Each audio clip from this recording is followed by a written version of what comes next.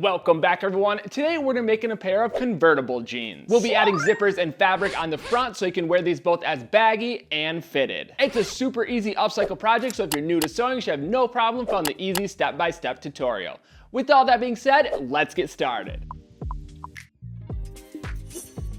Getting started with supplies, you need one pair of pants, and you can use any style of pants for this project. They don't have to just be denim. You can also switch it up and use shorts or even a top. If you are using a different style of garment, the sewing process is still the same. Going along with the pants, you'll need zippers, and you can use as many zippers as you would like. I'm using 2 for the video because I'm adding 1 to each side of the pant leg. You'll also want to use zippers with a stopper so the zipper train doesn't come off. I typically use zipper rolls, and this is not a project for a zipper roll, unless you install your own stoppers at the end of the zipper track. And the last supply you'll need is extra fabric. The amount you need will vary based on how big you want to make this opening and how long your zippers are. So if you're using a longer zipper, you're going to need more fabric. You also want to try to match the fabric density to your garment. The pants I'm using are made from a lighter weight material, so the fabric I chose is a lighter weight fabric. It doesn't have to be an exact match, it just helps to make it more flowy and look more natural.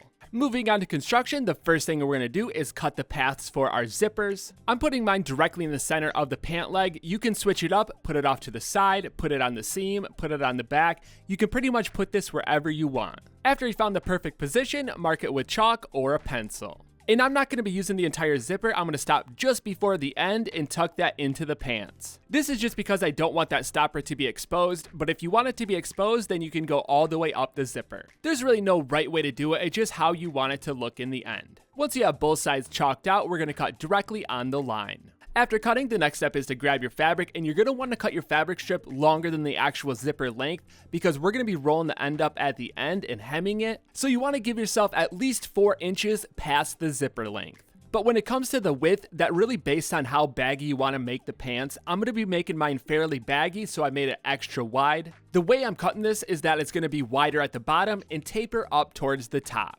Ultimately, this will give it a better look and it will be more flowy once you put the pants on and not just bunch up at the top. It's definitely one of those things you can play around with and perfect over time. Since we're tapering it and we want it to be symmetrical on both sides, we're going to fold the piece of fabric in half. Start at the center, the opposite of the fold, and then taper it towards the middle. And the reason we want that point at the top is because that's where it's going to meet at the top of the zipper. At this point, you can kind of pull the fabric together and get an idea of how wide the pants are going to be, and from here you can kind of trim it down or make any little adjustments if needed. And just to clarify, I cut 2 pieces of fabric because I have 2 zippers. If using more zippers, then you're going to need to cut more panels. For the moment, we only need 1 panel, so we can place the opposite one off to the side, grab the zipper, place it on the zipper path with right sides together. Make sure you have the zipper closed and the zipper train at the bottom of the garment. This will ensure the zipper is set in the correct place and it's not going past the bottom of the pants. And we're lining the zipper up directly with the edge of the cut path. Then we're going to grab the fabric panel and line it up directly on top of the zipper with the pointed side towards the top of the pants. Since this is a curved edge and you're working with multiple layers, you will want to pin everything down.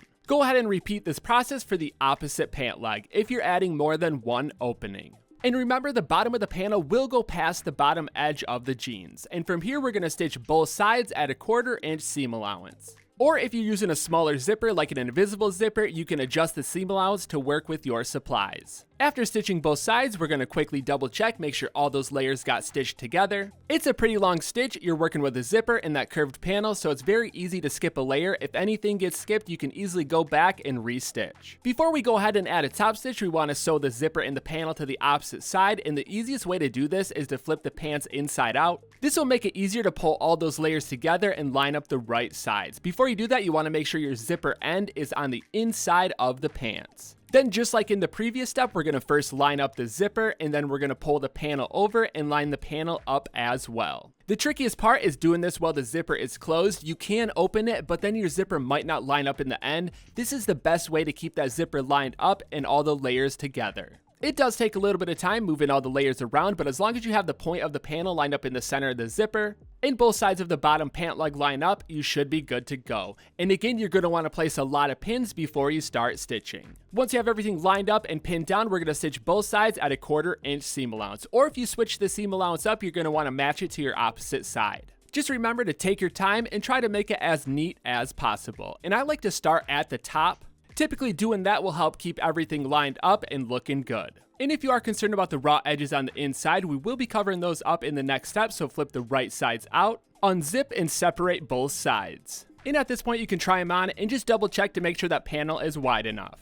But from here we're going to pull both the pants material and the panel material away from the zipper so we can get it ready to add a top stitch. And by pulling it away from that zipper, we're going to cover up the raw edge on the inside. So go ahead and repeat this for each side of the zipper on both pant legs, add a few pins, then add your top stitch. I'm stitching about a 1/4 inch away from the edge because I did a 1/4 inch seam allowance, so that should cover up that raw edge on the inside. And this will also make it more professional looking and a lot easier when you're zipping the pants down. That material won't get caught up in the zipper train. For the next step, we're going to open up both sides, move towards the bottom, and as you can see, I have a lot of fabric at the bottom, so I don't need all that fabric. I'm going to cut it about 2 inches from the bottom, and that will give me enough room to make my hem. After cutting, I'm going to simply roll that edge over twice and line it up with the bottom edge of the pants. Place a few pins and sew directly on top of the fold. Keep in mind, we're only sewing the panel material. If you don't want to add a hem, the second option is to cut it directly up flush with the bottom edge of the pants, add 1 straight stitch that will prevent fraying and it'll give it more of an authentic rustic look. At this point in the project, if you're satisfied with the look, you can totally keep it as is.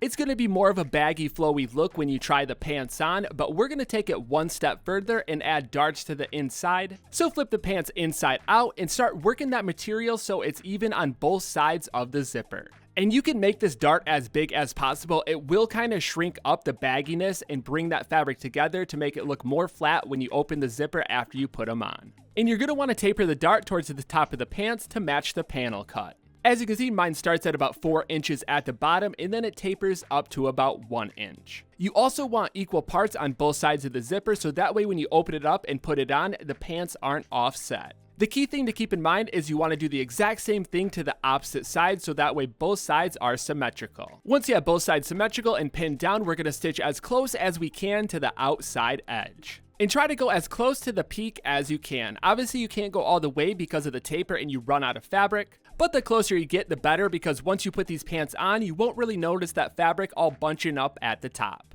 You don't have to stop there, you can keep adding these darts throughout that entire center to give it an accordion look. It's just another fun way that you can customize it to your style. Again, this step is not necessary, it's just to kind of neaten up that fabric on the inside to prevent it from bunching once you have those pants zipped up. So flip the right sides out, open up the zipper, double check that material on the inside, make sure it's even on both sides. Zip the zippers open and close, make sure everything closes right and is looking good. If everything checks out, we're going to move into the final step, and that's adding your branding. I use leather tabs installed with double-sided rivets. I also went ahead and added these to the zippers to make zipper pulls. The fun thing about this is that the branding is pretty much unlimited. You can do so many fun things with this design. For the example, that material on the inside, you could totally screen print that entire thing, add branding on the inside, and then you could zip it closed and have standard jeans on the outside. And once you have this technique down, you can add more than just the 2 zippers. You can add them on the back, you can add them on the sides. So get creative with it, have some fun, and make a pair of pants that's unique to your style. And there you have it, your new convertible jeans are complete. And again, you can do this project to any pair of pants or shorts. You just follow the same exact step for any garment. And you can even take it one step further and do it to shirts, dresses, pretty much anything that you can sew. But like always, I want to see what you come up with, so tag me on Instagram at Properfit Clothing. And until then, I'm going to keep the videos coming at you, so I'll see you next time.